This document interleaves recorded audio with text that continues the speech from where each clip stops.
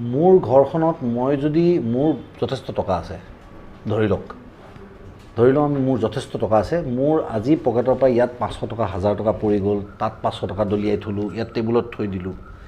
তে মোৰ ঘৰলৈ পাৰ্ট টাইম কাম কৰিবলৈ অহা মানুহগৰাকী যদি তাৰ পৰা পইচা চুৰ কৰি লৈ যায় তেখেতক চোৰ কোনে বনালে মই বনালোঁ মই কেয়াৰফুল নহয় তেখেত নিডি মানুহ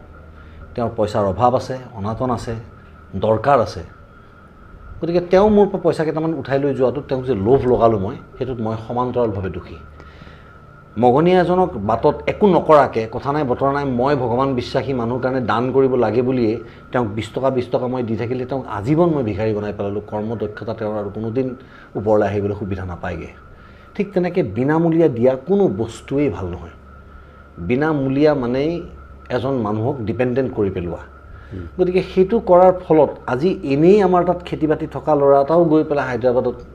সিকিউৰিটি গাৰ্ডৰ কাম কৰি বেছি সুখী কাৰণ কাম কৰি থকা সময় আহিলে কোনোবা এটা থিয় হৈ এনেকৈ দিব লাগে এফালে দৰ্জাখন খুলি দিব লাগে শুনে বাকী সময়খিনি মোবাইল পিটিকি থাকিব পাৰে কিন্তু সেই একেটা খেতি যদি কালি ৰিলায়েন্সে কৰোঁ বুলি কয় তাত কিন্তু টাই মাৰি তেওঁলোকে পথাৰত হাল মাৰিব যাব কিন্তু গতিকে এই যে ইণ্ডিপেণ্ডেণ্ট ৱে অফ লিভিং স্বাৱলম্বী হোৱাটো এই যে নিজে